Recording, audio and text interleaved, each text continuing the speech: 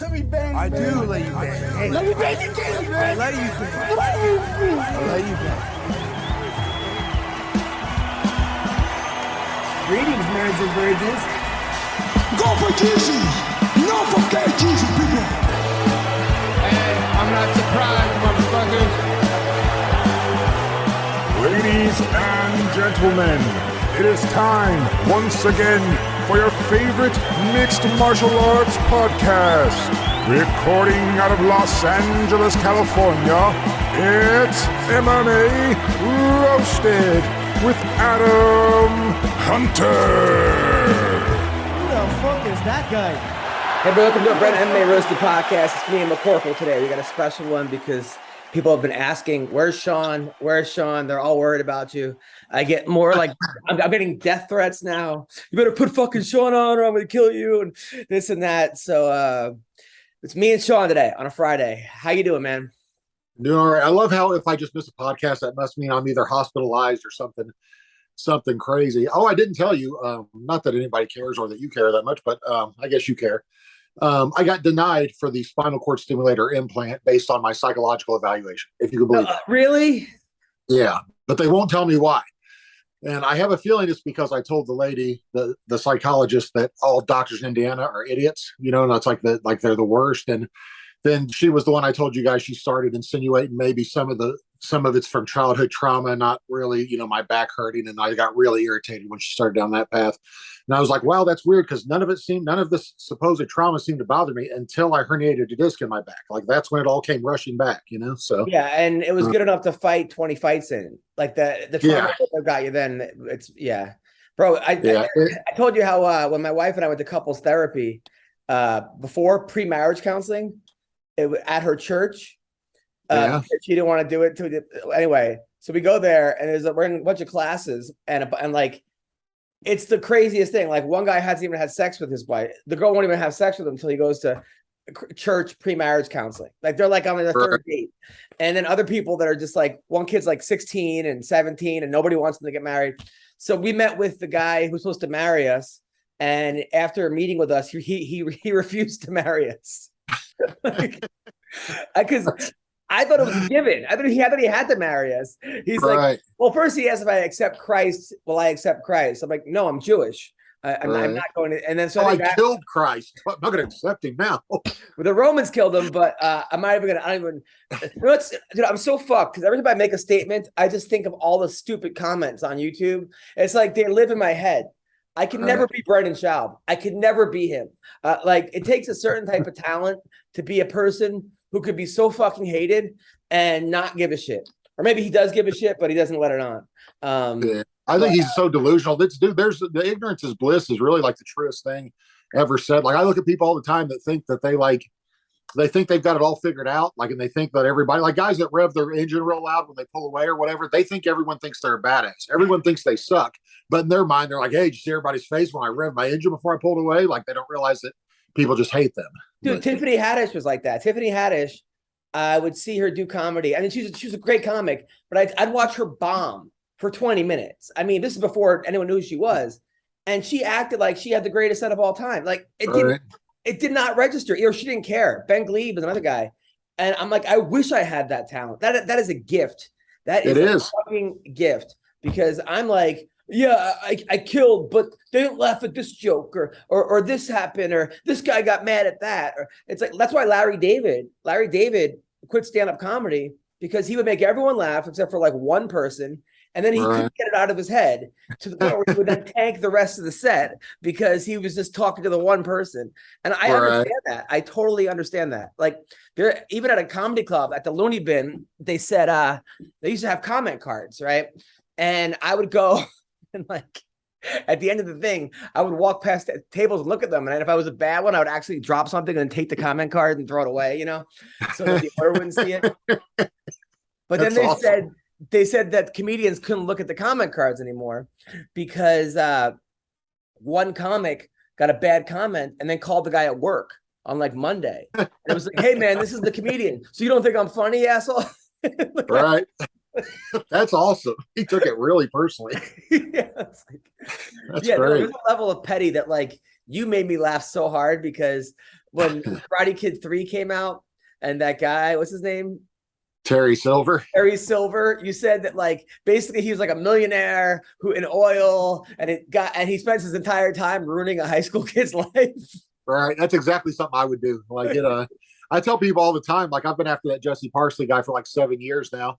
And they're like, what did he do to you that's so bad? I was like, well, he ran his mouth on the internet. They're like, so you spend hours a day, every day making his life hell? I was like, well, he should have apologized. Like I started every now and then I start realizing like it's I terrorized. I don't know if I ever told you this. My college basketball coach, I quit basketball because he started running his mouth to me one day after practice and told me if I don't like it, get my stuff and go. And so I walked away. Full ride scholarship. I just walked away that day, never played again. And me and my brother and my cousin spent more than 20 years pranking him, calling him, sending him scouting tapes of players that didn't exist.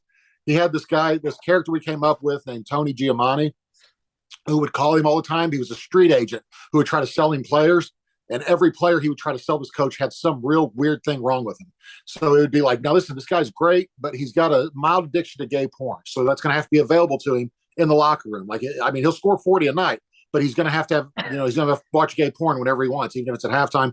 And this coach would be like, who is this? Like, who is this really? And then he never could understand if it was real or not. And then I had a friend that used to travel the world with his job. I would have him send postcards from all over the world to that coach. Like, hey, I'm over in Germany scouting the best players of and we'd say shit that doesn't make sense. Like scouting the best players the UK has to offer, but he's in Germany. Like it wouldn't make any sense at all, And like, he would always, he would call him with players and say, this guy's just like Dennis Rodman, except he doesn't rebound or play defense. Other than that, he's a clone of Rodman. And the coach would be like, who the fuck is this? Like he'd start screaming on the phone. This is like 18 years after I left the school. He was still screaming on the phone at him. It was the funniest thing ever. So. There was when fraternity bids went out, they would always be like the pledge class, no one knew who was in the fraternity. It's like none of the freshmen would. So what me and my friends would do is we would call a kid that got a bid and be like, hello, is brother whatever Steven's there? Like, yes.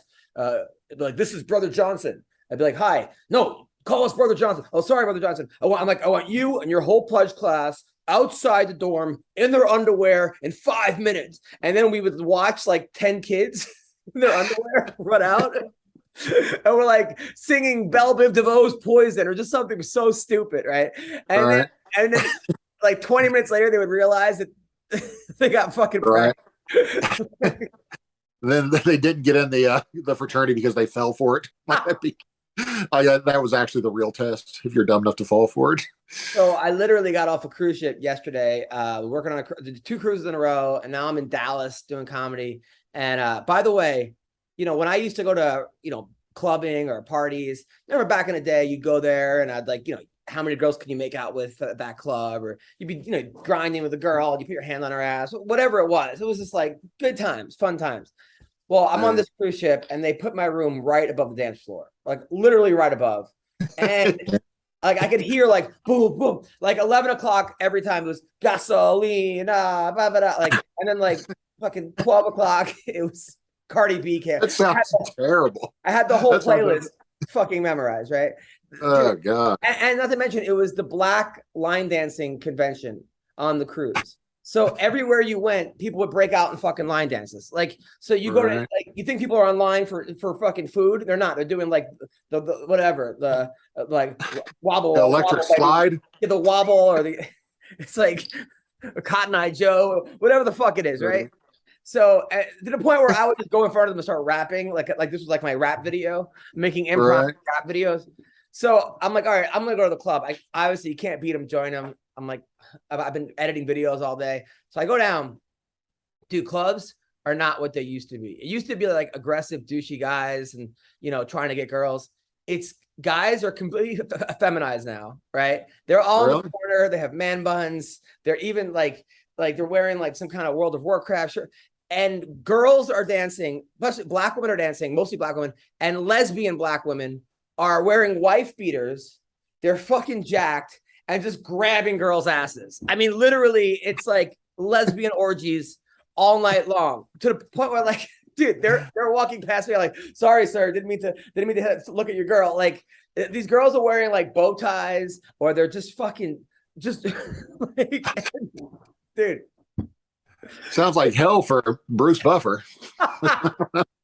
Dude, but then not I'm exaggerating a little bit, but like then I started learning the dance moves. So I'm like I became the comics here. Yo, you're so funny, man. Don't ever change. Like I was having the best time, right? And I'm doing dance moves. But then this one girl sitting down and she's like, I'm like, oh, what do you do? Talking. She's like, oh, I'm a playmate. No, she's like, I'm a model in like Playboy, which I guess she was, but like. And then her mom's with her. And she's like, yeah, look at my daughter. She's on the cover of like Man Cave magazine, which I didn't even know was a magazine. It's called Man Cave. I'm almost afraid to look it up. But so then she's like, you got to see my daughter twerk. Like, I'm like, dude, I go, that's not normal to be like, you got to see my daughter twerk. Like, that's not like, but my daughter sucks the best cock. I mean, like, what's the next step here? So I was going to say that kind of parenting leads you to be on the cover of Man Cave magazine. Like that kind of, if you're encouraging twerking, that's probably where you're headed. Dude, then I met some girl who's like, oh, you're so funny. I'm like, oh, thank you. She's got blonde hair. She's like a pretty girl. I'm like, what do you do? She's like, I'm in the military and I'm a single mom. I'm in the Air Force. So we're just talking and everything. I go, dude, this club gets wild. Like you wait till like all the girls start going on. I mean, these girls, they were basically like on the floor, like in football stance, like 3-point stances, while some girls behind them just like humping them. I mean, boom, boom. And then there's a lot of guys there. I mean, it's not even, it used to be like fun. It's literally girls just on the ground. And their friends are holding their dresses down so it doesn't come up. Like they already know the position. Like the girls with asses in the air. There's one girl here, one there, holding their fucking skirt down so everyone can't see anything, which is skin tight anyway. You could see, I mean, what she ate for lunch. And then she did a 3-point stance, and some guy or girls behind them just humping them, right? I go, dude, this is how it's gonna get. It's gonna get wild. Within 3 minutes, that army girl is on the floor getting like fucking ran through by like there's like a line of chicks. Oh yeah, it's crazy. It's fucking crazy. And you said it was a black line dancing convention on this cruise? Yeah. Like I didn't know that was even a thing. Like it's like a meetup. I don't know. It was like a convention. It was like like they have. Like my friend did a show on like they had a nude cruise where everyone's naked. And then the comic went on. He said it smelled so bad because they turned off the air conditioner for some reason. God! So it just smells like just bad body odor, And the comic went on, and they said he was too dirty. The fucking nude people. Yeah, that's an easy group to offend, I would imagine. People walking around naked. Dude, the worst. One time they booked me on a show. It was a Bible convention, and I'm like, I don't know why they had me as the comic, right? So they put me on. And they tell them maybe it was an Old Testament convention, and that's why they had a Jew on. But I don't know. So they like tell them, they're like, "Hey, this comic's kind of dirty." They're like, "Oh, we like dirty jokes." And like within 3 seconds, it's a mass exodus. It's like they're like running for the hills.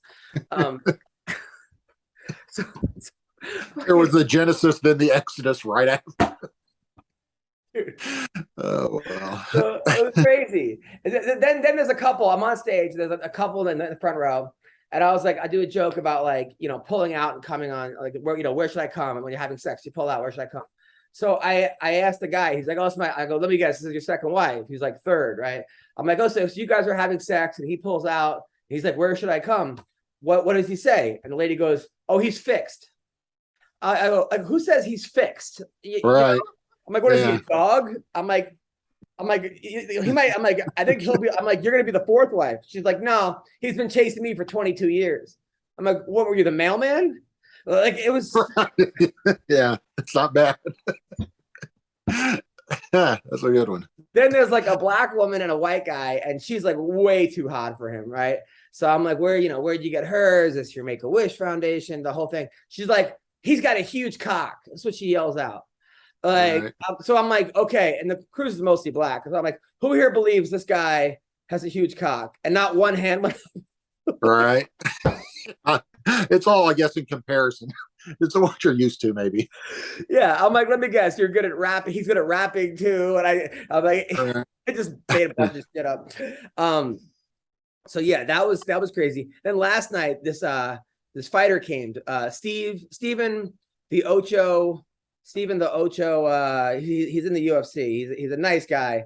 Of course, I'm gonna fuck his name up. Steven the Ocho Peterson. So he came with his 10-year-old kid, but I didn't know the kid. He was with his kids. So first I'm doing my act. And I'm like, are you trying to get child services called on you? Like, why are you bringing an 11-year-old into a comedy club? And I'm like, wait a minute, you're the UFC fighter, right? I'm like, and I was with a kid joke. So the little kid goes, this kid has a name, buddy. He said, I'm Nueve. Oh, because he was Ocho. I don't know. Yeah, psycho. So that was that. And then this girl in this wheelchair, she came to the show because I'm on stage on a cruise like months ago. And I go, I'm in therapy. Anybody in therapy? And I look at a girl in the wheelchair and I go, what about you? She goes, no, I have real problems. So I go, what are your problems? She goes, I'm in a fucking wheelchair. Yeah. I thought she said wheel problems. I was like, man, that really sucks. You got wheel problems. Well, instead I was like, well, I'm sure you just roll with it. Like I had a bunch of, but then she told me, she was hilarious. She's like, I want to do stand-up comedy. I'm like, well, I'm not about stand-up comedy. Like, so then she's like, I'm like, listen, if you work on your act, go to a couple open mics, I'll let you open for me when I come to Plano. So she's like, I'm coming. So I called and said, can we have her? And it's not wheelchair. I don't know. They said yes, that she could open for me, but she didn't do any open mics. So I'm not gonna let you do your first show there. So she didn't. Right. But she says next time she'll do it. She thought she could skip the line doing that because she was handicapped too. Like she used to get to park in the front and be first. She can go ahead and skip the old open mic thing too. Can I tell you what happened in like Florida? Like there was a business where you could rent a disabled person for the day. Oh shit! And just skip all the lines to go to Disney World. Is that real? It was real, but they said it was illegal. Like they shut the business down because I think it's a win-win. I mean, the kid gets to go to Disney, and you get to skip all the lines. I guess, I was using my grandma's handicap pass forever, like to park, up front anywhere. And I found myself getting mad when I went to Disney that they didn't have ample handicap parking. Like I'd be like, this is ridiculous, man. Like I shouldn't have to park out here. I've got a handicap pass. And like, I found myself actually becoming an advocate for better handicap parking until I lost the pass. And then, before it expired, I actually had I had to go to court for it because I got a ticket for using it. A cop saw me get out of the car and I wasn't, using the like obviously I wasn't handicapped. And he's like, is that yours? And I was like, well, it kind of is. My grandma gave it to me when she died. And then he was mad about it and said, you can't use that. I said, but if I don't use it, it's like she died for nothing. Like it's almost like she died for nothing. And he didn't like it at all and gave me a ticket anyway. It was terrible. So. Did I had to go to traffic court today on on Zoom to fight a red light ticket? And oh my God. So it's all on Zoom. Nobody knows how to use Zoom. So like, people's dogs, which is weird because they're all Asian. You think they would have no problem using it? Like they'd be right up their alley. People's dogs are barking. Their kids are crying. Like some girls like in bed, and you can see the guy behind her. Like this is like the worst idea ever. Like you're like, I know that chick from that cruise I was on last week. Recognize you with the guy behind you. There's like domestic violence going on. Like fucking people are hitting each other. Like while the Zoom is going, like. While court is in session, no one knows how to turn it off. The whole thing was crazy. It was madness. There was one time they had a Zoom fail, whatever. They had a thing on, I think it was on World Star, where the guy went to traffic court on Zoom and his license was suspended and he was driving while in court. That's awesome. Yeah, he just told on himself. That's great. And the lady was like, "Are you driving right now?" He was like, "No, I'm just backing into the garage." So something that was like completely not. She's like, "Stop that car right now." He gets better service in the car. That's the excuse I would use. Like, no, I get better service in the car. Oh God. So did you watch the fight, the Leon Edwards win? Yeah, I did. I didn't pay for it because I refused, but I was able to find a link and watch it. Yeah, I was really surprised there at the end, man. That was crazy. It actually was the thing. It was the second most surprised I was all night. The first most surprised I was all night was watching Dominic Cruz fight. That was the week before. That was the week before. Do what? Oh, was it? Okay. Well, we spent so long since I've been on. I thought it was the same night, and I didn't pay for either of them. So, but no. So I was watching that. Let me go ahead and do my joke now since I set it up. But I was going to say, I found it. I was like amazed watching that. I was like, one guy's nickname is Cheeto and the other guy's Flaming. Like, it's so weird. Like, it was like ironic that they were, you know, you think the guy would be Cheeto. That's like when like Bang fought cunts, like Bang cunts. Right. Yeah. Yeah. What are the chances? You heard Dominic Cruz's story about the guy showing up? That you like about USADA showing up at 6 a.m. when he's jerking off? No. Is that you didn't really see that? Yeah. No, Dominic Cruz literally, I didn't make this up, at a press conference. He said he woke up at 6 o'clock one morning and he goes, and you know what men do at 6 a.m.? And I was like, well, I don't know what you do, Dominic, but I'm usually trying to go back to sleep, you know, or whatever. But yeah, you know, so I start with the 6 a.m. ritual. 6:30, two guys show up and I was like, yeah, this sounds like Dominic Cruz's regular ritual. He goes, and I got to show up. And he said, Pedro's at full attention. Like, you know, or whatever. He goes to answer the door. He said, I'm in a row. Pedro's at full attention. I'm like, yeah, but Dominic left out the part that he wasn't at full attention until he saw there were two guys there. Like, that's when he got the heart on. But yeah, no, look that up. That's crazy when you get a chance. He was talking about he was jerking off at 6 o'clock in the morning. I mean, I have no idea. And you started showing up. So he asked him if they can come back at 8. Like that was his statement, because I asked him next time, come back at 8. And but is he gonna pee? Did he come already? I don't know. I think he might come back for some more at 8 is what I think that's the way I took it. But yeah, he's like, either show up on time or don't show up at all. Well, if it's 6:30, if he started jerking off at 6, it's not gonna take a half hour to beat off. I mean, unless he's really into it, but that's a long time to beat off. So I think when two guys showed up, then he finished immediately. As soon as he saw there were two guys at the door, he was like, it's like, this is turning into my every fantasy. Like, he probably doesn't want to piss into a cup that it has jizz in it still. You still have that like piss jizz, you know? Yeah, going 6 different directions, that would be awkward. Like, you might want to bring a couple different cups. That's the worst, when it sprays different directions after you pee, man. That's the sucks. Man, I did not hear that. I don't. Who gets up at 6? He's such a weirdo, and I love him for it. But I like to wake up to start your day masturbating at 6 a.m. no less. That sounds like a weird way to. I'm going back to bed if at 6 o'clock. You would think. Why would that? He was probably not tired. He wasn't tired at all, because he wasn't up all night having sex with a woman. So since that didn't happen, he had all his energy. If he is gay, who cares? I personally know women that he's been with, and they've been gorgeous, and like some of the prettiest women I've ever seen in my life. So from what I know is Dominic Cruz is not gay. But for some reason, I know Mick Jagger hung out with some pretty beautiful women too, I heard. But so Mick Jagger has a wife who's like 22. He's like 82 years old or something, and she got pregnant last year. And no one has ever said, like, how did that happen? Or, oh, well, we're the same as Michael Jackson. With Michael Jackson, I love how everyone pretends like those are his kids. Like, they're as white as you, blonde hair, blue eyed, and act like they're his kids. Like, what? Like, I don't understand. Like, I don't get it. You're right. A lot of weird shit going on. So, what did you think of the Dominic Cruz fight? Man, I don't know. I always root against the Cheeto Vera guy because I just don't like him. He's really cocky, but it was hard when you want two guys to lose equally. It's really hard to pick one. But I thought Cruz, I didn't realize, man, to give him really give him some credit. I didn't realize he'd only lost 3 times ever, and I didn't realize that he hadn't lost since Cody Garbrandt. Like, I think that was his last loss, right? Like Garbrandt or Cody, Uriah, and Henry. Who was Henry? Cejudo. Oh, Cejudo. Okay, so yeah, he lost him. But yeah, for whatever reason, I don't know why. I was thinking Dominic Cruz was on like this real terrible skid, but I was looking at his record before the fight. I was like, dang, he actually, you know what I mean? Has whatever. I don't know if he lost 2 of his last 5 or whatever it is, but I didn't realize he had only lost 3 times ever. That was he looked good too, man. Looked fast. He looked on point, man. It just happens sometimes. Yeah, no, 100%. I think the speed is the first to go, and I think that things he can get away with a little bit, he couldn't get away with more, you know. Right. Now, as far as there's a lot going on between Daniel Cormier is fighting with Masvidal. Have you been following that at all? I knew they were, but I didn't know what happened. I didn't know why they started it. So basically, I'll just read it. Masvidal wants the next title shot. And which makes no sense because he's lost like 3 in a row.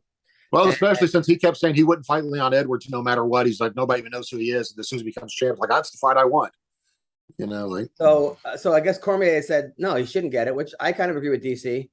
And then he goes, so Masvidal goes, I guess you're still butthurt since I didn't do the interview you requested on your weak YouTube channel during my fight week. I know you need my name to get some kind of views since Ariel went solo and you became a has-been. just make sure that when Dana calls you and tells you to promote the biggest fight the current champ can make in the division, which is me, wear your best suit from DXL and make sure you do as you're told, like a good boy. Maybe you'll get a treat from your master. Hashtag reason people watch on mute. Hashtag fake life coach. Hashtag broke advice. And then Cormier, I think it's always a good thing to bring in masters and slaves if you're talking to a black guy and you're not black. Like, I think that's always what you want to try to do if you can. Jesus. And then Cormier writes back, Jorge, you've always been the man. Malik, stay off his page. I guess that's his manager. Right. I stand by what I said. You don't get unlimited title fights, Malky. Malky beat Gilbert first, get to 1-3 in the last 4. Maybe you get a title shot. See, Malky, now you got me disrespecting my friend Jorge. So that's I don't even think Malky is his manager, is he? I think I thought it was Malky. I think it's his brother. Wasn't it his brother? Yeah, is it Abraham or something? I think that's his. I'm not positive. I think that's his manager. I wonder why he'd be talking to Malky. That's weird. So yeah, I mean, look, I mean, DC's not a has-been. I didn't watch the show with Ariel. I didn't watch the show now. I have no idea what the views are. I don't care. I didn't even know you had a show with Ariel. That's why I didn't know who he was talking to. I didn't know he ever had. I mean, who cares about views? Give me a break. I think that Masvidal, I think that the fight to make is Masvidal versus Conor. If he beats. Yeah, dude, I still don't understand why I haven't made that fight. That's perfect for both of them. Yeah, I think that's the fight to make because I don't know who's going to win that fight either. No, I don't know. That way, one of your two biggest stars gets a win either way, you know.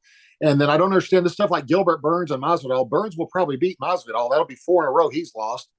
I just don't get their matchmaking sometimes. Man, I know it's not as easy as just saying it. You know, everybody say, well, he should do this, and he should do that. But him and Gilbert Burns makes no sense unless Masvidal's guaranteed to win.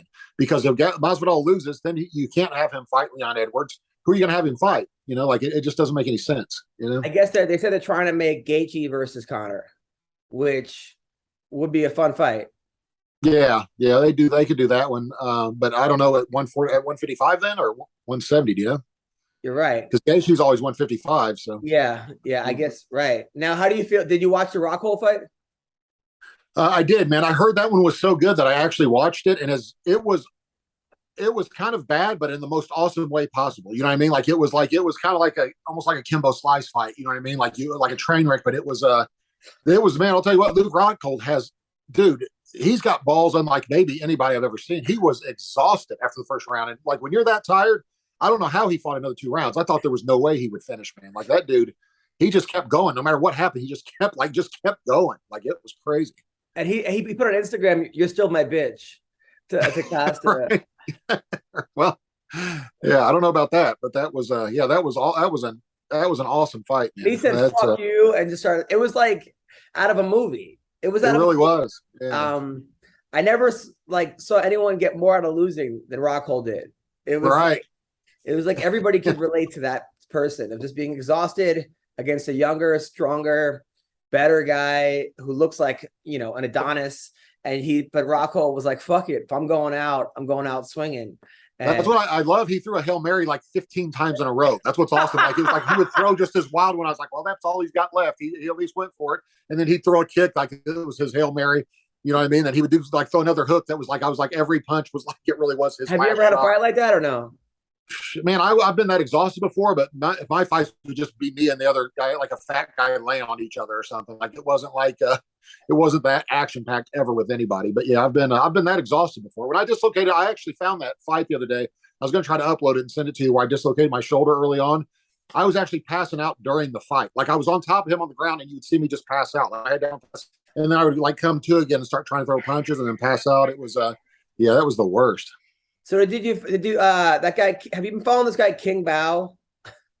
No. But if he's anything like the Island Boys or anybody else you introduced me to, I can't wait. All right. So this guy King Bao is a guy, a black fighter.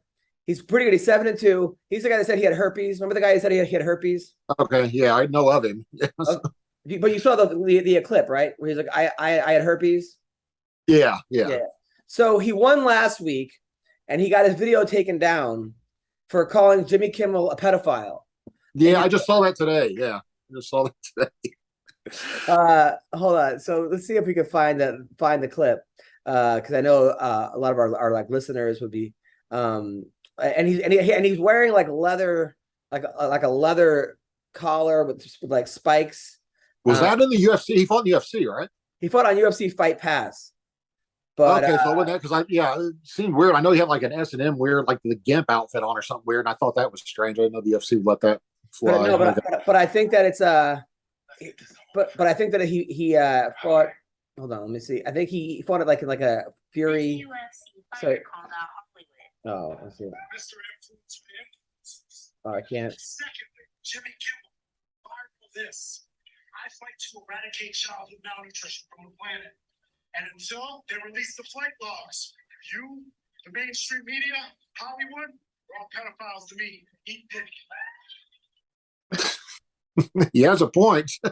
Well, he has a point. What? I mean, I don't know. There's a lot of pedophiles in Hollywood. I don't know about Jimmy Kimmel being a pedophile. So I guess he wants to flight log at Epstein Island. He wants that. I guess that's where it is. But man, this dude is like, and he's also trying stand up comedy. He reached out to me to watch his comedy set. Oh, really? Well, starting off calling everybody in Hollywood pedophiles is a good start trying to get into show business. So I think I got to give him a good heads up. If he's really smart, he'll become friends with Joe Rogan and become like a charity case. You know what I mean, for getting too much brain damage, and he'll give him a career. That's happened at least once. Should we have him on the podcast? This guy, what do you think? Absolutely. Yeah, I feel he should also critique Brendan Schaub's stand-up comedy. I think as a fellow stand-up. I mean, I feel like him and Don Fry would be a good match. Right. Similar worldviews. I was just watching Rambo before I signed on here. I was watching like Rambo Last, whatever that's called, Last something. Yeah. And I swear Rambo, like in that last Rambo movie, he is Don Fry. He was like shoeing horses and like making knives and stuff. I was like, dang, this guy's like, he wrote, it's like he stole Don Fry's life story as his last chapter of the Rambo series. The Don Fry is the best. So there's no UFC this week, which kind of sucks. I don't understand why Bellator and the PFL, they have to know there's no UFC this week, right? Right. So then they schedule nothing. Like like everybody would be watching tonight or tomorrow a Bellator or PFL event. You would think they would take advantage when they don't have a show. Like you would think they would. I remember the good old days whenever Bellator, when it was that Bjorn Rebney was running it, when he would run his best show, the UFC would put like a pay-per-view quality card on for free on Spike. Like they would do anything to cock block them. Like it didn't matter what they did. Like, we're gonna run a pay-per-view. We're gonna give a pay-per-view away for free. Like they would always like. Sometimes they had commercials on, like for the UFC during Bellator. Like that was buy all the advertising time up. Yeah, they were ruthless, man. I was really surprised that Dana said maybe he regrets it now or whatever, but saying that fighters make enough and they're not going to make any more as long as he's there. You saw that interview, right, where he said that for GQ? No, recently?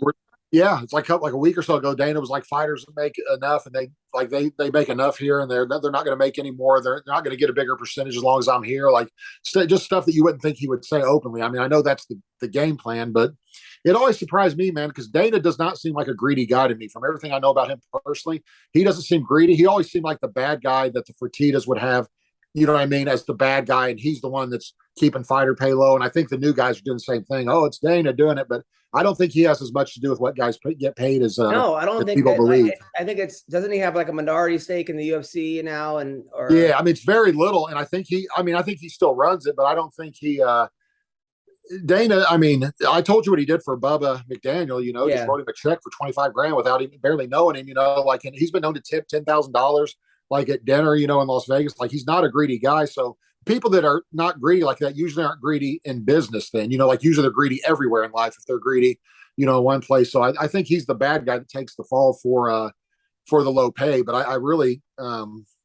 I mean, the fighters need a union, really, is what they need to do. That if they would do that, it would solve everything. So I think also people need to like see all the numbers, you know, like, see how much it costs to run it, how much it costs to this, how much it costs for that, how much health. I would like to just see how much it is before I make a statement. Obviously, you want to get people paid as much as possible, but I'd like to also know what everything costs, you know. Yeah, well, there's a lot of fighters who are to blame because there's a lot of guys that would fight for free if they could just be in the UFC. It's the dumbest thing in the world, you know, or they'll fight for free if they could be on TV. I never understood that, man. Like, I never I would have rather fought at a little local bar if they paid me more money than fighting at the UFC. Like I was like at the bottom line. You know what I mean? Like if you're gonna pay me 20,000 over here and 10,000 UFC, I'd rather fight for 20. Well, Shane Burgos left last week. Yeah, I After saw a that. win and went to the PFL, and Dana's like, that was a mistake letting him go. But why wouldn't he? I mean, $1 million to That's what. fight Yeah. guys. I mean, when you got guys that were like mid-level guys or 50-50 guys at Bellator or whatever, and all of a sudden they make $1 million, like fuck that. Of course you're gonna do that. That's what I don't want to go into specifics on numbers, but Mitch Rion made more in his first two Bellator fights than he made his entire time in UFC, the 12 or 15 fights, whatever it was, he was at UFC. He made more in his first two Bellator fights than all those combined. Dude, comedy. So a lot of it's comedy. People are like, why are you doing this gig? Okay. I'm like, okay, this club that you assume is the greatest club in the world because you've heard of it and because it's on TV will give me $14 tonight to do a comedy. Right. This bar that you think is a shithole is giving me $1,000. Like it's just, great. It's great having that picture with the fucking brick wall behind you that says that, but that's good. I'll never forget. I ain't gonna pay your bills. Yeah. No, of course not. I remember one night I was somewhere Rogan was doing stand-up comedy, and I asked somebody what Rogan made for that night there, and they said probably $500 because it was one of the LA clubs where they had a bunch of, I mean, everybody was famous was there, it was performing, like Anthony Jeselnik was there, a bunch of people, famous people were there, and they said, yeah, Rogan probably got, this is before he was that huge. I mean, it's probably 10 years ago or whatever, or 8 or 9 years ago, but they said he probably got $500 for doing his set tonight because he was just working some stuff out or whatever. But that blew my mind that he only got that. But I guess if you've got guys that need stage time, and Dave Chappelle's there and Chris Rock and, like every other famous comedian, how much can you possibly pay? A lot of times you do it because you need to work out your new jokes and you don't want a big crowd to do it in front of, at least if you're a good comic. So you show up unannounced, or you only sold 100 tickets, whatever, and then you go and you try out. So when you do that big stadium, the jokes pop. When I went to the Rogan thing, it's one of the LA clubs. I don't remember which one, but there was probably only 200 people there. 150, I was there 200 people. It was at the ice house. I was there. Yeah, that's what it was. Yeah, I remember that. Yeah, I remember being shocked that how little guys were making that night. But if they're just using it as practice, I guess they're not doing it for the money, So yeah, exactly. So the next big one is September 3rd. Cyril Gane from France against Tai Tabusa. Who do we like in this fight? I would have to say Gane, man. I don't know. I mean, Tai Tabusa's probably got the puncher's chance like always, but Gane he's really good, man. He really is. I was surprised that he lost to what's his name, the champ. Yeah, Francis. Yeah, I thought he was on his way to winning that. I thought, but Gane's gonna be hard to beat by anybody except Ngannou, I think. Yeah. Marvin Vettori versus Robert Whittaker. That's a good fight. I can't believe this is a free ESPN card. Robert, I guess I got to take Whittaker. It seems like the only guy he can't beat is Israel. Yeah, Whittaker. I thought even before he fought Israel, I thought he was the best 185 pounder in the world, man. And he looked terrible against him both times. And I just don't. I don't know. I don't know if he is what he was, but for a while there, before he fought Israel, I thought he was by far the best 185 pound fighter in the world, man. Like he had it all: the striking, the wrestling, everything, man. I don't know. It seems like Vettori also is one of those guys that's just very emotional, and you can get him in, and also just doesn't. He has all the capabilities, but for some reason just doesn't. He's a nut job, which is also what I like about him. But yeah, when he fought Adesanya, man, that was one of the worst performances I've ever seen in my life. I think I even bet on him because I thought maybe he might be able to take him down, but that was horrific, man. Like that was that was terrible. And he thought he won that too. Yeah, that's the best. Is when I love when people think they should have won and it wasn't even close. They're like, yeah, I mean that's crazy. And the next big event is Chimaev versus Diaz, which according to Jake Paul is not selling well. I guess he posted a picture and he wrote like, "Hey Dana," and added him, and he like went to buy a ticket and there were seats available. But who knows if those were like resale tickets or whatever. But it's Chimaev versus Nate Diaz in the main event. Man, I want Nate Diaz to win. How great would that be if Nate Diaz won? God, I sure hope so. But I think, man, the rest of that card, unless they've added something to it, I remember thinking that the rest of that card wouldn't even be on ESPN. Like that's how bad the rest of the card is. I hope they don't go the boxing model, man, where you have one fight. That's their head. It seems like they're headed more and more toward one big fight, and then the rest is just bullshit. The rest of the card, because it's unless they've added fights to it. When I looked at it, I could not believe that was the main card. They got Tony Ferguson. Right. On a against, 9-fight losing streak. against Li Jingliang. Right. Who, The fight we've all been dying for. Finally. Li against the Leech. Jingliang and He's fighting the Leech. Now, the Leech, he won his last fight against Muslim Salikov. He lost to Chimaev. He beat Ponzinibbio. He lost to Neil Magny. Tony was looking great the last fight before he got kicked to oblivion against Chandler. He was looking good against Chandler. He actually rocked Chandler a couple times. He's been a wild card. He dyed his hair blonde. He sends me random shit sometimes on my text messages, but like doesn't even say hi, just of him training. And I'm like, that was weird. When I heard Tony was fighting the Leech, I was like, I didn't know Brendan Schaub was making a comeback. That's weird. I can't believe he's fighting Schaub and moving up to the heavyweight. dude, whenever I think of leeches, I think of that movie Stand By Me. Ever see Stand By Me? Yeah. That's a great movie. When the guy had a leech on his dick. Yeah. Like the weirdest shit. Like it was just such a strange to have like a underage boy have a leech on his dick. Like now you'd be like, why are we putting this in a movie? Right. Like what? So now the last guy to have a leech on his dick was fucking Rogan with Schaub. I should have saved my Schaub joke for that one. Yeah. Kevin Holland, who's pretty funny. He actually posted a funny. Kevin Holland is really funny on Instagram. I don't think he likes me very much, but because I did one joke about him, how he basically solved crime. You know, he like took down like an armed robber. I'm like, and he got his first takedown or something. Right. And then he like wrote something. I was like, hey man, I hope you're not mad. He's like, so anyway, he posted a picture of what's his name knocked out, of Usman knocked out. You know, yeah, which I never repost because I don't know. But he wrote, so McGregor wrote, Usman is going to come out saying he from Pluto. After that smack, haha, Marty Green Pants from Pluto. Like, no. What? And then Schaub was like, yeah, writing down Green Pants from Pluto. I love it. I'm taking it. Still in that. But then Kevin Holland wrote, dude, hey, you're so rude, McGregor. He's in Wakanda. Let him be. Which is kind of funny, but like, what the fuck? Like, I mean, McGregor, like, you're the last guy that should be posting shit about people getting fucked up. I mean, how many memes did you have about you? Whatever happened to like do unto others as you'd like be done to you? Like, I tell my kid, my daughter, all the time. She's like, I'm like, hey, Violet, you know, because she always copies me. Like, I go, Violet, but when I copy her, she starts crying. I go, do you like when people copy you? No, but don't treat others like you want to be treated. That's right. Kind of a golden, but that's gone, right? No one even thinks about that anymore. No, that's really what life's all about, I think, man. If you, it's what I always taught my kids. Like that really is like one of the few rules you have to follow in life, and everything would be fine, you know?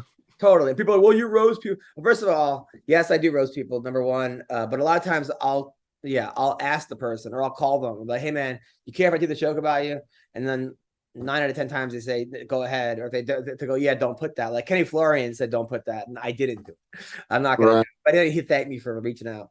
I don't ask for permission. And then if they get mad, I just challenge to fight them the next time I see them. So that's how if they don't like it, I'm like, oh, you just fight next time we see each other then.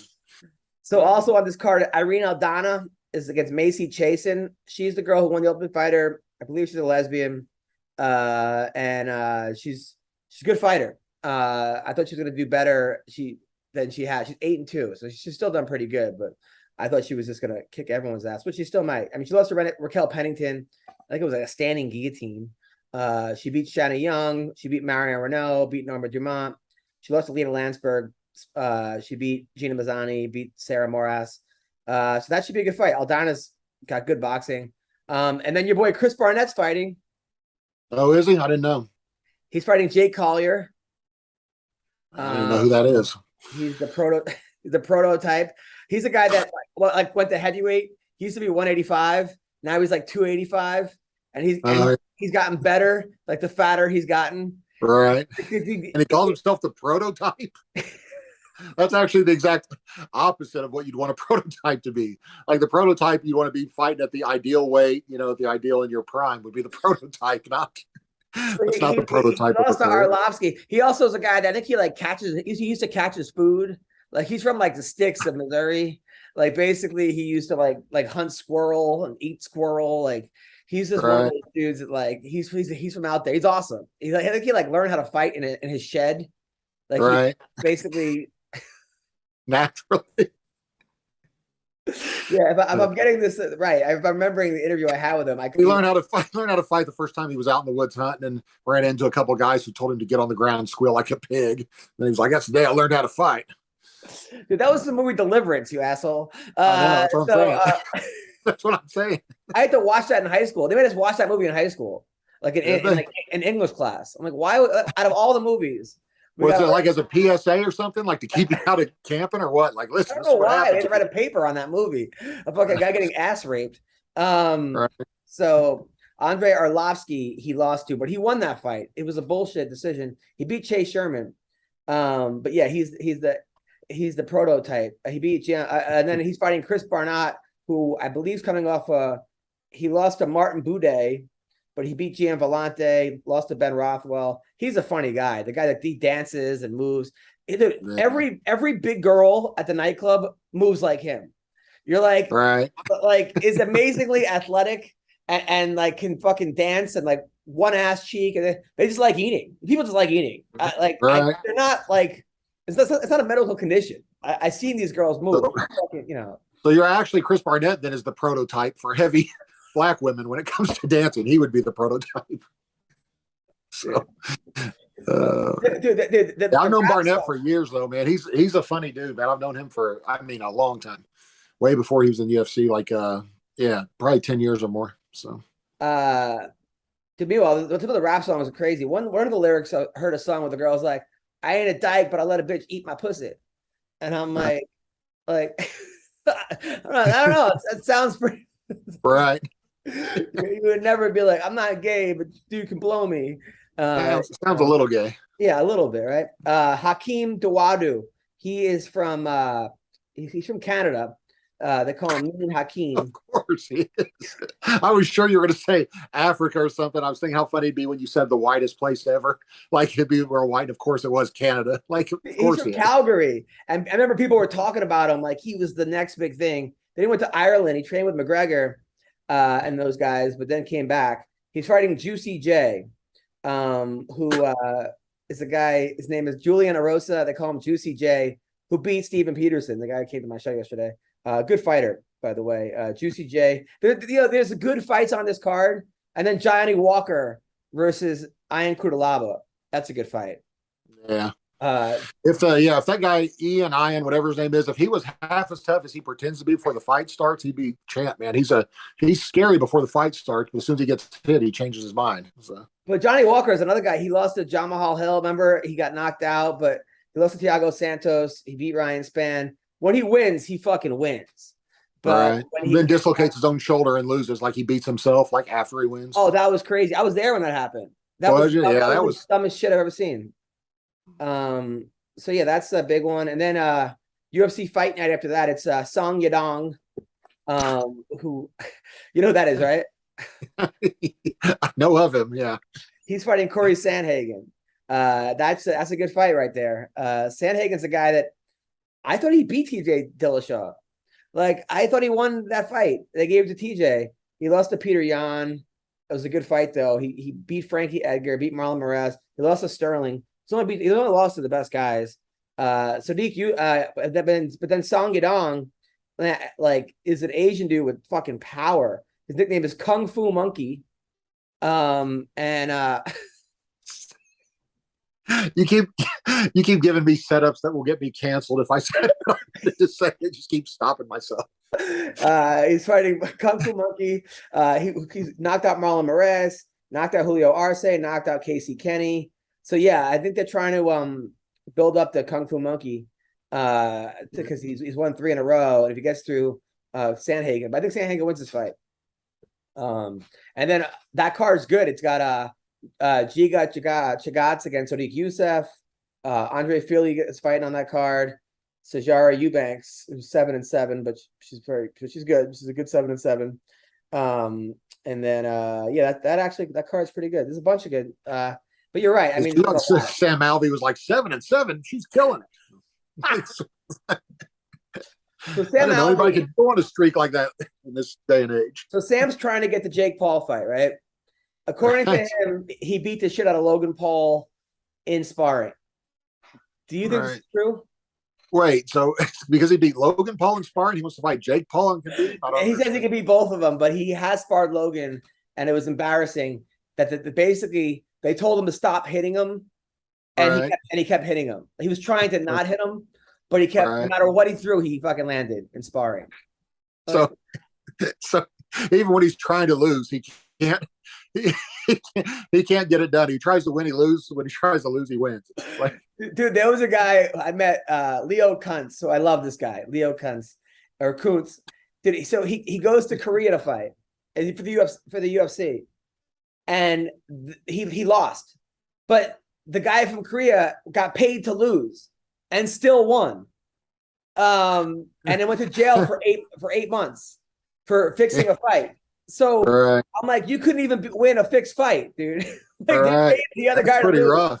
I got offered to fight in Korea once by the same company that didn't pay me in Japan. They stuck me on half my money. Offered me to fight that 7'4".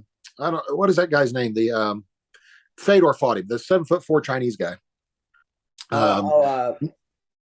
Right. He was a kickboxer for a while, I think, or something. Like, I don't know. Didn't he like also break dance or something? Was he in that? He was Asian, so he was Asian. Was he in the Smashing Machine documentary? Anyway.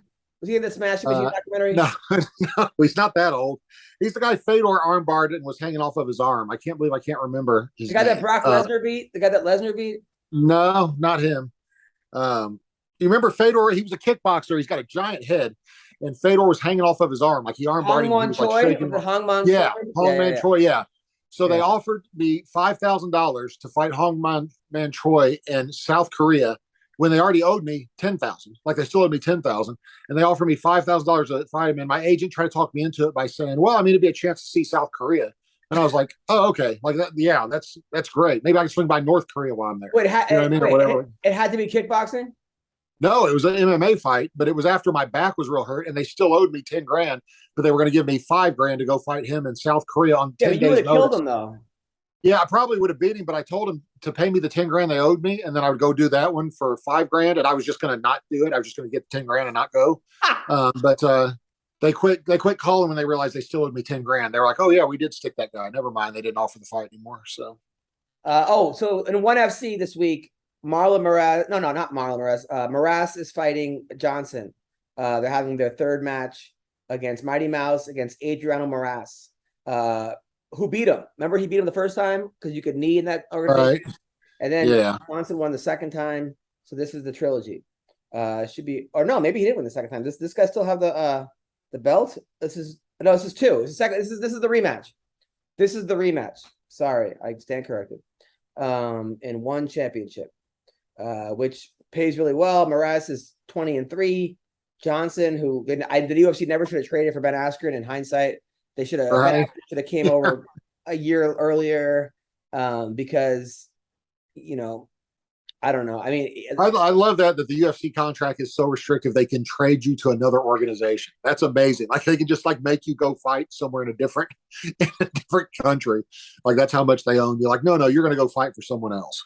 So. Well, it was weird. I think they were trying to get rid of the 125. I think that was And Cejudo fucked the whole thing up because he beat the 35-pound champion. Right. And then he retired, and then he really fucked it up. So I still wish they would get rid of the 125-pound division. So what else is going on? Demetrius Johnson's not downing his own chin after taking his knee right to the face. Of course, yeah. Luke Rockhold. Dana White controls the narrative, never gave me a chance. Come on. Yeah, I don't know if that's true. I think he had a few chances. He was the champ for a while. I mean, never. He goes, I was here to fight, dude. And people lose track of who I am, who I was, and what I've done. Everyone was asking me, if you don't need this, you want this, what's going to get you up in those moments? It's fucked up. It's fucked up to say. Why do you think I was so mad at Dana? Because Dana never gave me a chance. The moment I came into the UFC, he never gave me a fucking chance. He wrote me off, never highlighted my years in Strikeforce or anything I did, all the wins, only my losses. Dana controls the narrative of what the public perceives. And he fucked me from the start. Took me 16, 17 years to come back and get a fight like that to earn my respect. Nothing I did in the past mattered till now. That's why I feel the way I feel sometimes. That's why I said what I said. I mean, he beat Weidman for the championship belt. I mean, that's. I mean, nothing. I'm not discrediting you, Luke, at all. But I'm saying, like, you had a chance and you fucking rose to the occasion, and then you got knocked out by Bisping, which it happens to the best of us. And it would never happen again if they had fought 100 times. And you were overconfident, but why wouldn't you be? You rear naked choked him with one arm the first time, and but I don't think he never had a chance. I thought the problem a lot of guys make is they think the UFC is going to promote him. The UFC, for being as big a company as they are, they don't promote anybody very well. Like, they're always like, oh, the UFC can create stars. Anyone who became famous did it themselves. Like, Conor McGregor didn't. It wasn't the UFC machine that made him famous. It was him and what he did. You know what I mean? Like, it was. You look at guys like even like Colby Covington. If Colby Covington hadn't come up with this ridiculous character, he wouldn't be in the UFC anymore. No matter how good he was. It's just, they don't make you into a star. They don't promote you. They don't do anything. You got to do it on your own. And it's actually a sad situation because they, like the WWE, they can make stars. Like even the NBA can, to a degree do it. But UFC, man, if you ain't going to do it, people were mad at me getting a co-main event slot in my second fight.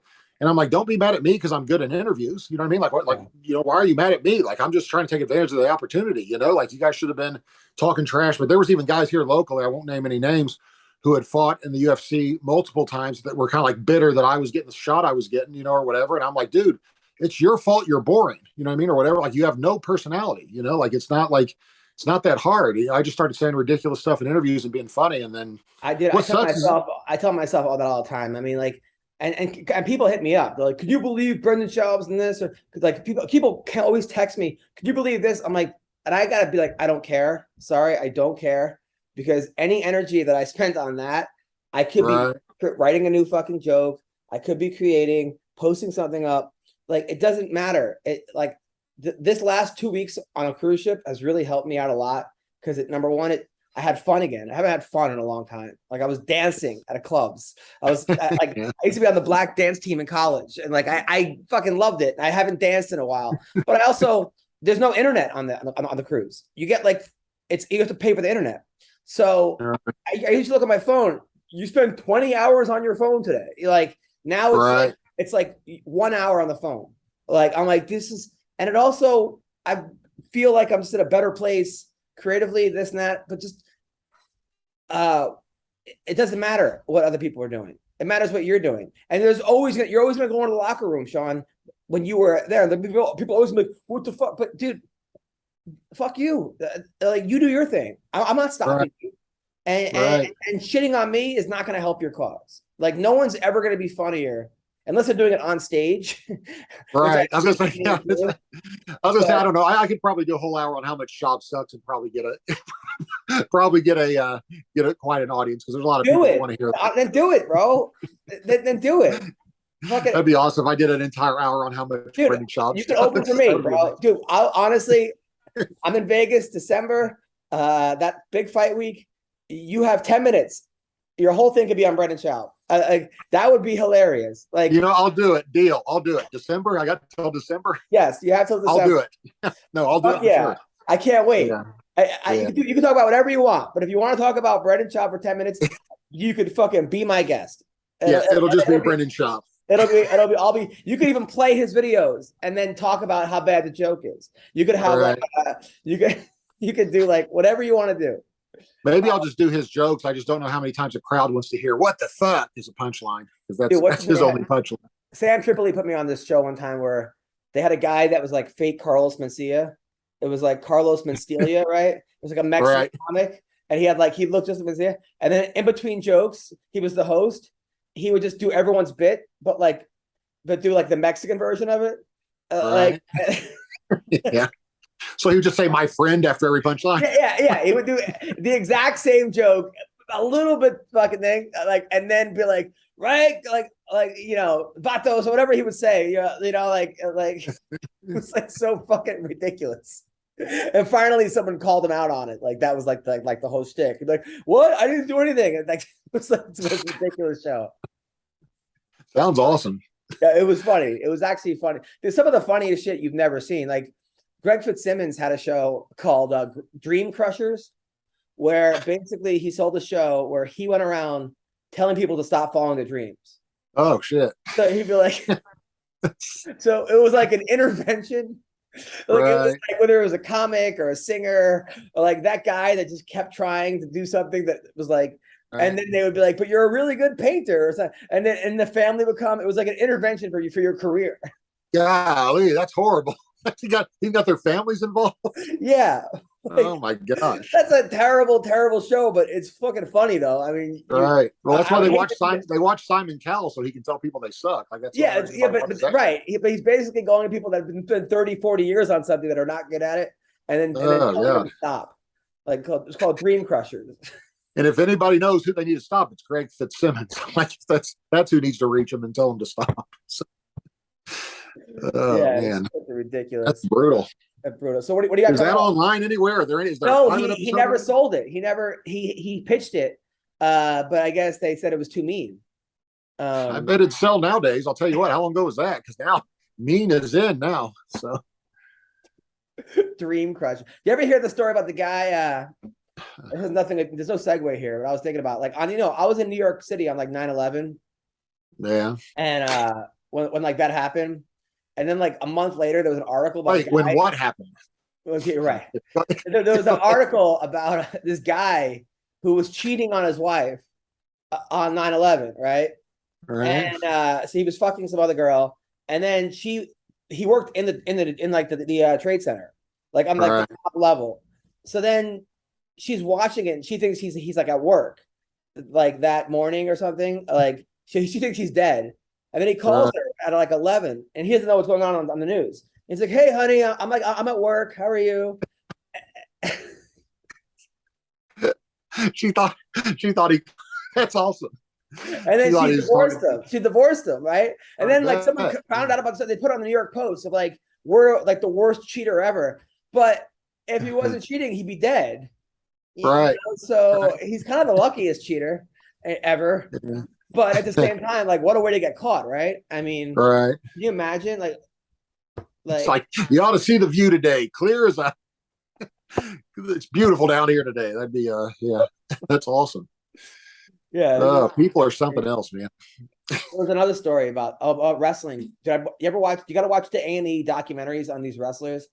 Anytime I see all they're on, I try to watch them because I know you said they're great. You can get the app. If you get the app, they're like free on the app. If you get the A&E app. Dude, Kurt Angle, fucking guy. I thought you were fucked up, like as far as like fighting injured. This dude broke his neck like 30 times in a year. He's like, I broke it this time, I broke it that. Then I think I might have broken it here. At a point where like they're like, okay, you're gonna be out for a year. You go back in a week. Like the guy was a psycho, right? So then at that, like 3 years later, he's doing like 120 pain fucking a day, oxys a day. He's up to like 60 oxys. First it was 2, 10, 60 a day. To the point where Vince McMahon's like, either you have to get sober or I'm gonna fire you. So he joins TNA Wrestling the next day. He's like, I'm not. Vince McMahon was like, you either need to get sober or I'm gonna cheat on my wife. Like, dude, that guy's, I mean, what a fucking nut job. Yeah, I guarantee you he won't pass his psychological testing to get a spinal cord stimulator. Golly, what kind of loser. The Roddy Piper one. I'll tell you what happened to Roddy Piper with the Guerrero brothers, right? I'll tell you that story. So Roddy Piper was like homeless, and he was he was living in like, he was getting into street fights at night. I mean, for money and just a fucking. And every time he'd put on a pair of sunglasses. He was living at a church.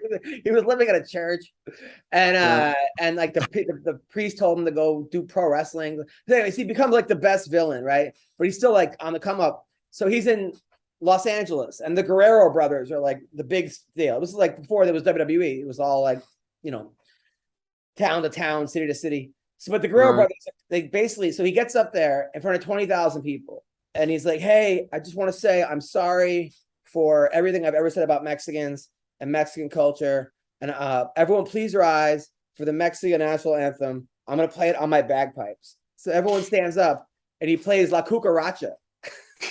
Like the cockroach. They said like 20,000 chairs got fucking thrown at him. Like it was raining chairs. Dude, he got stabbed 3 times during a wrestling match by like the crowd. He had to wear a Kevlar That's vest. awesome. Dude, this dude was a fucking psycho. But he gets to the WWE and he has a talk show called Piper's Pit. Ever watch that? That's I where remember like, that. in the Yeah, middle of like interviewing you, he just starts beating you up, or he hit Jimmy Right. Snuka with like the it wrong. was right after the Brother Love episode, our Brother Love show, I think. Yeah. They were So he was. going- So he hit Jimmy Snuka with the wrong coconut. Like it was a fake coconut and a real one. Hit him with the real Right. one. But so they said, so they like finally like they had Cyndi Lauper there because he was friends with Right. Captain Albano, and she shows up, and he like knocks out Cyndi Lauper, like kicks her in the face. Like, so now he's the most hated guy, right? So Right. they everyone hates him. Like the world, he's like he couldn't leave the house. He had to relocate his family because Cyndi Lauper was like America's thing.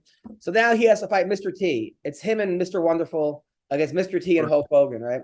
But Paul Orndorff. I'll never forget. Mr. Wonderful Paul Orndorff was going against Mr. T and Hulk Hogan. But he hates Mr. T because he's not a real wrestler.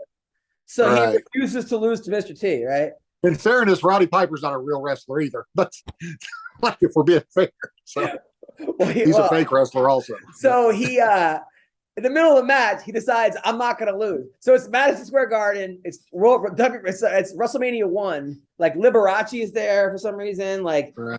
Cyndi Lauper. It's sold out. Everyone's the Knicks. Everyone's there, and he decides I'm not letting Mr. T beat me. So Right. they have to like call an audible and have like Orndorff like they had to change the whole script where he gets pinned in the middle of the match, and then he like fucking leaves wrestling because he didn't want Mr. T to beat him. He felt disrespected Right. as a pro wrestler, and that like what a fucking nut job. But like there's another guy though, this fucking black dude that's the worst human being I've ever seen in my life. He was in ECW wrestling. Dude, this guy. Oh, I know who you're talking about. The dude that would really punch people for real or kick them for real, like in the Yeah. matches. Dude, he Yeah, I've threw seen a him. guy off. Him and this guy were doing this like jump, and he put like ECW. Come on, now it's gonna bother me. ECW Black Valiant because this is on like the thing called the Dark Side of the Ring. Dude, if you want to ever like hate your life and everyone around you, watch this thing. It's one. What's this guy's name? This dude was like crazy. This dude, he went to he was like saying how great OJ Simpson was back in the day, and this and that, and like was New Jack, dude. Yeah. He was like 100 feet above the thing with another guy, and he tased him because the guy like fucked up a fall. He brought a taser to the match and tased the guy, and then threw him off. Like the guy easily could have died. The guy somehow only broke his foot. Like he went through like 2 tables. New Jack. Then they had another guy that was like, dude. Then they had another guy that was like really good because he wrestled with little people. This guy, his name was New Jack. His name was it Metro something? New Jack. Dude, the kid was like 15 years old, and his dad brought him to the wrestling match, and they let him wrestle New Jack for his like his name was Mass Transit, right? So, and because he was good at wrestling with little people. He's good at wrestling little people. So he gets this guy, and the guy says, "Hey, let me get a couple shots off to you first, and let's make it look real." And New Jack felt disrespected. Dude, he beat the living shit out of this 15-year-old to the point where the guy went to the hospital. Like the guy almost died. Like then later on in like these like backyard wrestling, he stabbed the guy like 18 times during a wrestling match because the guy was the bounty hunter or something. And then the guy bailed him out of jail and said, "Let's do the real shtick where you go around chasing. I'll go around chasing you, and I'll be the bounty hunter." Dude, this dude was out of his. I mean, like the worst human being. Craziness, like insanity. I'm gonna have to watch that. The Dark Side of the Ring. You're saying Dark Side of the Ring, New Jack. If you want to see the craziest human being you've ever seen in your life, is this guy New Jack, and because you think it's like gonna get better, and then the one with the Dynamite Kid's crazy too. Yeah, I'm off to check it out. I gotta go, Adam. Sorry, man. I got a dog loose. So All right, you're the best, Sean. all right, see you, buddy. See you next week. Take care.